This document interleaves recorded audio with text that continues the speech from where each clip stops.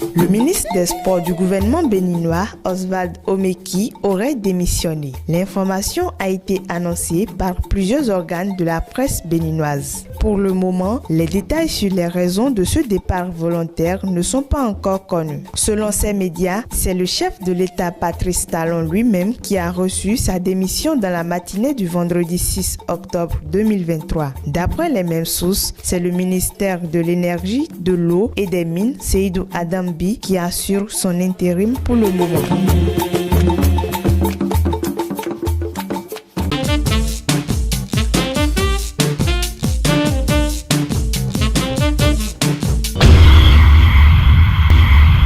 Sa démission peut avoir pour raison des causes politiques ou aussi de la prestation de nos joueurs. Et je pense qu'il n'y a pas péril à la demeure.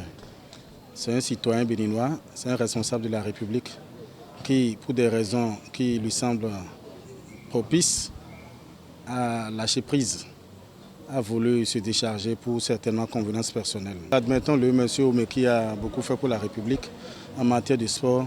Il s'est beaucoup donné, il a posé les jalons d'un sport professionnel au Bénin.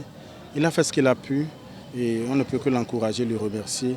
Mais aujourd'hui, certainement qu'il a voulu faire valoir ses compétences dans d'autres ailleurs. Il faut reconnaître que ces dernières années, la politique sportive de notre État a permis de voir certaines choses se réaliser, comme la construction de stades omnisportifs un peu partout dans le pays. Mais derrière, disons que ce n'est pas vraiment ce qu'on espère voir qu'on est en train de voir. C'est vrai, ils ont mis à la disposition des jeunes les infrastructures adéquates, mais il n'y a pas les cadres techniques qu'il faut qui vont permettre aux jeunes de pouvoir déployer leur talent et se montrer à l'international aussi. Cette histoire de quart de finale de la CAN 2019, j'appelle ça un coup de chance. Parce que si ce n'était pas un coup de chance, derrière les résultats allaient suivre. Après la CAN de 2019, on a vu que des résultats médiocres les années qui ont suivi. Jusqu'à présent, on continue tout de se plaindre du 11 national parce qu'ils ne foutent vraiment rien de bon. Et on a eu la preuve avec le match qui a eu lieu en Mozambique, à Maputo. Pourquoi je qualifie cela de coup de chance? Si on prend par exemple une nation comme le Sénégal, on a vu que les efforts qu'ils ont fournis lors des CAN 2012, 2013, 2015 ont porté leurs fruits plus tard dans l'avenir. Parce que ce n'était pas juste un coup de chance. On voyait vraiment qu'il y avait de l'investissement de la part de l'État, du personnel sportif qui s'y mettait vraiment et qui ne ménageait aucun effort, contrairement aux nôtres qui font semblant de faire quelque chose de grand et d'extraordinaire. Ça va être très difficile de trouver encore quelqu'un comme Oswald Omeki, car c'est quelqu'un qui connaît bien le football, c'est quelqu'un qui a de passion pour le sport béninois.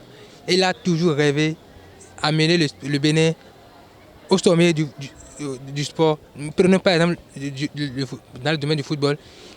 Il a promis de construire des terrains près dans l'université, à l'université. Il nous a promis de nous construire un terrain de nom FIFA. À Parakou également, il a promis. Et quand il dit, il le fait toujours.